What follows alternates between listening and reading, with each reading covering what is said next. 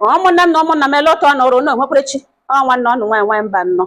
Awucha shala no mo eye. Omunam o. Agwara m ọnụ so one nọ n'ime ọ ga-ewe years, ọ ga-ewe time, ọ ga-ewe ọtụtụ oge iji build, mana onwe ihe ọ ga-ewe iji kposasa a minute ezuola ikposasa. Kemgbe m kwe n'ọnwa ka na ụmụ nwaanyị nwere ndị dị stupid, ahụbeghị m Odekakele mbụ. Kemgbe m kwere hụwa na ụfọdụ ụmụ nwoke avalụ ihe ha nwere, ahụbeghị m Odekakele mbụ. Lewedele na ihe mgbe o mega na chọọchị Ebuka Obi, ministri Ebuka Obi, ka nwata nwaanyị na otukwu ọ bịara chọọchị nọzi na chọọchị ya kpọrọ na gate ya wụrụ na di ya onye nevi ya nwoke nọ n'ọhụ gangala bịara bịa ịpụrụ nwunye n'ike na akpụ n'ọnụma n'iwe na ọnụma. Infọmeshọn erute Ebuka Obi ya so webata ha ka ọ mara ihe na-ese. Ụmụnne m gịnị na-ese n'ọnụ ha abụọ ka ọ gbagakọrọkọtọ na nwata nwoke nọ ọnụ gangala na ọwụ onye Kogi jikwenụ nwaanyị lụọ nwaanyị nọ ebe ọ si ya nọrọ, nwaanyị mụọra ya ụmụ atọ ya na nwunye bi n'obi ọma ya gajurucha ilo ya ahụ nwunye nga ode nwere hụkwa na ụmụ ya ọ ya ka ọ gara ruoto jam nwanne anyị nwaanyị mee ọ jụrụ m kwana ha ezigbo mmadụ kama nne ehu nọ n'ọgba ya jam ọnụ onye Zulu anyị nwanne anyị onye Igbo anyị ọnụ lọka ebugekwana ihe ebe ezigbo nwaanyị onye Igbo nọ lọka eburu ebugere mee kpampu nnama mba o ihe nwere nwoke n'ọnụ nwaanyị Igbo iwetara ya ahụ ọjọọ. Ya na nwata nwaanyị na-ebido emewe enyi pipi ga achịchịga nna ha ma ihe ha achịchịga afọ ime acha ke nwata nwaanyị si ya nwanne anyị nwaanyị nnama ebuli afọ ime anụ ntara gawa n'ụlọ ke nwoke n'ụlọ tres famili gawa ga-aga gwa nwunye n'ime na ugbo ya rụ na ọ di ya tụrụ ya na mana ọkwa ihe ga-eme ya iwe ọ ga-eji hapụ ụlọ ya gbalaga. Elo okwu ekwela ekwucha nwaanyị elege chọpụta na ọwụ nwaanyị Igbo o kweghị iti mmụọ ya agwa ya datị na nwaanyị Igbo ya gaghị achali na ụmụ nwaanyị Igbo na ọbatala ewu na ọ ga-eji dị ịhụnanya ọ na-atụle lelee no ya megene di ya dakarịrị nwaanyị Igbo. Nwaanyị ahụ na ya enwe ha kọmpetishọn ọ bụrụ nnọọ na nwaanyị ka esotụrụkwụ mara na onye ekwugokwu na ọwụ nnama ihe mere ya na-eme n'iwe na ọnụma bifo nwoke nọ na-elole nwaanyị akpọ na fon gwa ya ihe mere nọ ya sị ka ya lụta ka ya mee explain na ọgbaghara. Mgbe ọ nọ na-elole nwaanyị buole ngwongwo kpọrọ ụmụ ya larie.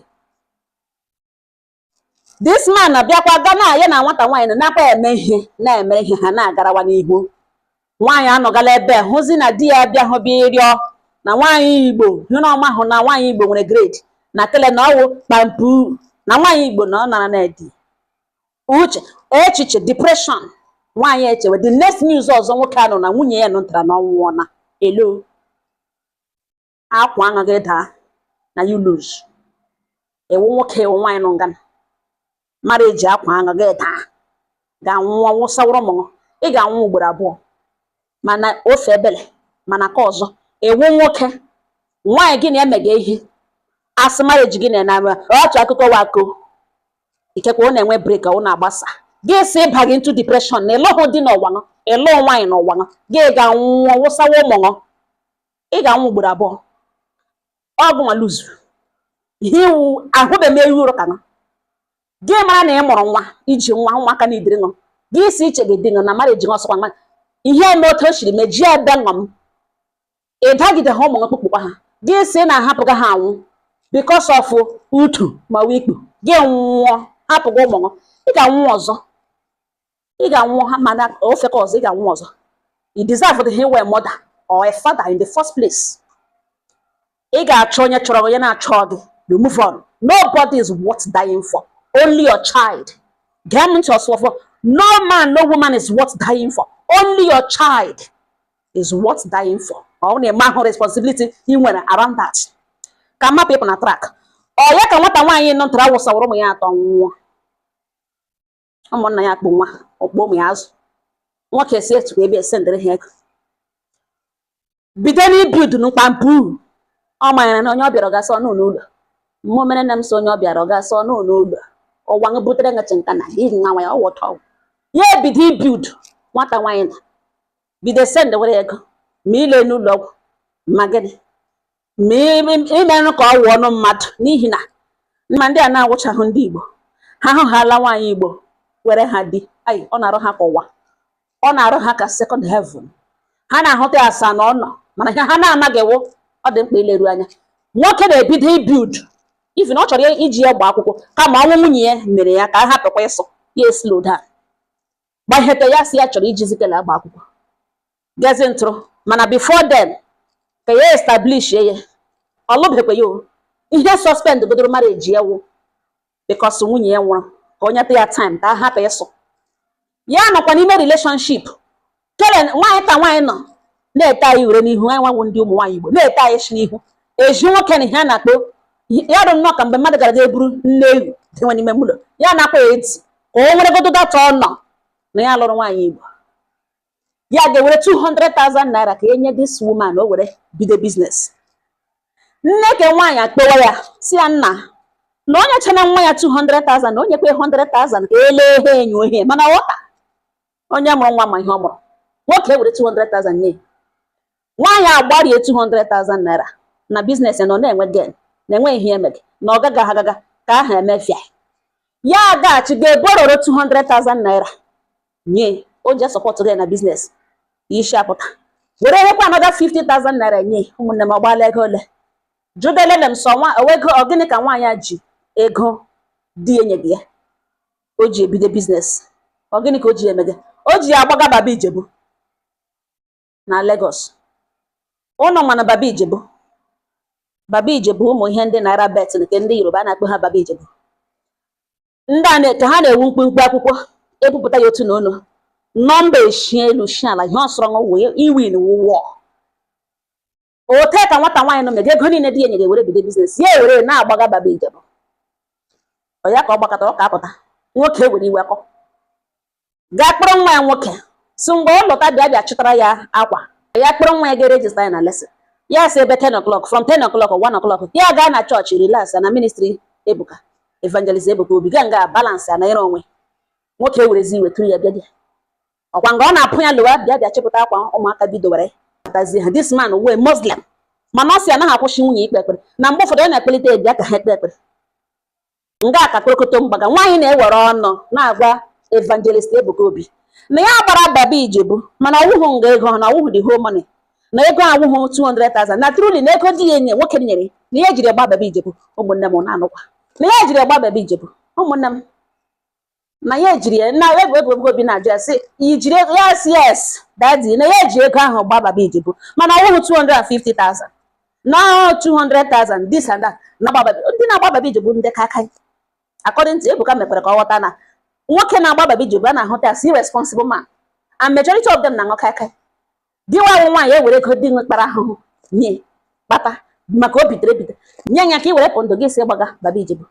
nwekwe ụmụnne m chọọchị onye mkpu na-ahịọ and nga ọ mụkwala nwa ke mbụ rụ ime ka abụọ imagine a mother gbaga Baba Ijebu una na ahụtụwana ka ihe butere m ebe a ọ nọ mana asị onye nọ ọnụ kwata ya anụgharịa mgbe ụfọdụ mmadụ agaghị ama ihe oji until ya eluzo ihe oji ledele ihe just lewedele na ihe nwoke a married man nwunye mụrụ ụmụ atọ ya lọta ya hụ nwunye lewedele na ihe ọ hapụrụ gakwuru nwoke na ugbu ene ọ bụrụ na nwunye ka isi gbaga Baba Ijebu ọ ga-ahụ ọnụ sị na ọ na-akwụ ụgwọ ụlọ ma ọ na-eme ka ọzọ ugbu a na nwaanyị anwụọ iwe mụwụ na nwaanyị ala ga enwe depression ga naanị ya ma ihe oche ga ya nwụọ the process hapụghị ụmụ ya ajụmsụ ọnwụ na ugbo ya enwe ihe mere ya ugbo ele ọnọdụ ụmụ ya ga-anọ n'ime nwunye ya nwaanyị ibe m agaga nwụnyụ anya because of gịnị life ya bịawaziri n'ụdị n'ọnwa n'ọnwụ ha ebe otu ochie ha ya nwụhụta ochie plan n'onwe ya ọhụta onwe ya na ya ga-alụcha di nwee ụmụaka shi na family bịa nwee broken home ma onye niile na-withstand ya mana ọ bịara gị can't change your destiny. The best you can do is to stay alive for your children. Very, very important. Mmadụ a na-anwụ ebe ihe ya nwụrụ, nwunye ya anwụọ, nwunye ọma ya, and also nwata nwaanyị na-ama nri echi ọ na-asa avụ ya nri, ọma nri echi ọ na-asa avụ ya nri, onwe ihe no respect nothing. Ịnọkwa ịma nri echi imụlọ enweghị ehicha business ego nyere nwe ebe business gị baa ha wuo ha baba ijebu customer. Ụfọdụ ụmụ nwoke ahapụla ezi nwaanyị Chineke ji egozi ha na-ebijeri aka leweta kamera gbara ya n'ihu ụwa na-ele ma ndị oge nwunye na-ele ma ụmụ ya ha etolite ha ege stori mere n'ime nne ha na nna ha ebe a sara ọgọdọ ha na-eji. Ọ gịnị butere ya? Ọwụ ka mgbe nwoke na-ama na ya lụọla nwaanyị ya na-apịtụgharị nkoro ka ọ hụrụ ya mgbawaga ebe niile ka ọ hụrụ ya mgbawaga. Deliberate act ya eburu afọ ime ga-agwa nwaanyị bịa nọ na di na ọnwụ di ya tụrụ ime na ugbu a na succeed kwenu n'iskata ịkpọ the marriage gwogwo n'ihi na iwepụta beteriṅụ na-eji gị bidara wa mkpọrọ hehe gị sa ya gị welite gị sha ya bụ mgbe anyị na-asha ya ka ile ya ụgwọ esoro elekere gị lee ma ịsapụkwara ya gị rara mkpọrọ hehe shawa ha sawa ha bụmbụm gị mesasasa gị welite shape ya sha ya gbasa ya ụwa esoro olere ọgwụ naanị na-ele ka ịsapụkwara ya sapụ ụwa soro ele gị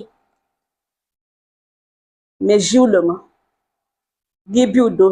ji aka mkposasa enweghị uru ị nwetara. Nwunye nwoke a nwụrụ ọnwụ ya ọnwụ dịrị onye ọbụla. Ụmụaka baya mba ha lọta ha bịa this video this clip ụmụnne nna ha ahụchabekwala ya ga-esevuru ha na ha etolite ha eji anya ha even nwe iwu a ndụ ya dị endangered. Ụmụaka tolite okpukperechi nna ha ka ha ga-ekpe ọ madị ihe ọ nọ n'ime because of ogene upura ha ga-ahụta that na ọ ya na this man gburu nne ha. Onye ọbụla kpachapụ anya ya egecha m akụkọ na onye ma ọnụ onye ahụ eze ya rịkọ ya kachi nwoke na mgbe aṅa na n'ọkụ n'ọma wụ hoto shapụta n'ime n'ihi na ọ rịọrọ nwunye ka isi nwaanyị ekwe rịọ ya okwe ahụ n'obi iwe ọ wee ịhụnanya. Nwaanyị hụrụ n'anya too much gị bitere ya ọ ga-eji ike agbaghara ha. Understand that. Nwaanyị hụrụ n'anya too much. See, when the love is not there, something replaces it, and that is the opposite of that love that comes in. Mana otu isha ata onye hụrụ n'anya efili na mmadụ hụrụ n'anya gị fili na ihe ọ bụla i mere pere ya gbara oso gbaghara na the fact na that person hụrụ n'anya will even make it difficult for that forgiveness to come in. Ihe ga-need iwu time. Ọ sị agara rịọ nwunye egbe onwekwenụhụ peace of mind ebe ọ nọ ọnwụ na ka e replace ka ahụ hapụrụziri nwunye ugbo gawa wozie baba ijebu customer ya ga ebe dewere umbrella red enwere ihe edo elodo ya nọrọ ọdụ jụọ ha sele nọmba gbara taa ha ebushere mkpumkpe akwụkwọ busha ọ ga-ashaga ya na asha ya na-agba ane eme ya ga-ele ka kọtụrụ na kena kọtụrụ. Ọ na-ahụ na ihe mmadụ ji replace nwunye ọma ya na-ebi nwe ihe ọsọ nwunye mere ịnụ ngala ugbu a na ogirishi na ọmịarịwala mejie ụlọ mara eji nwekwa ọgwụ esokwere ya akọ ọ bụrụ na mmadụ ebe ahụ mmadụ involved fall back on your kids lere ụmụ gị they need you. Ọ nwoke nwaanyị mere mara eji jikọ ọgwụ mgbe ụfọdụ nwaanyị ka a na-arịa nna anyị ukwu enweghị iluzu kpọrọ ụmụ lere ụmụ ị ga-eri uru ya ọ nga ọ ha nọ m n'ọnụ udo dịrị ọnụ.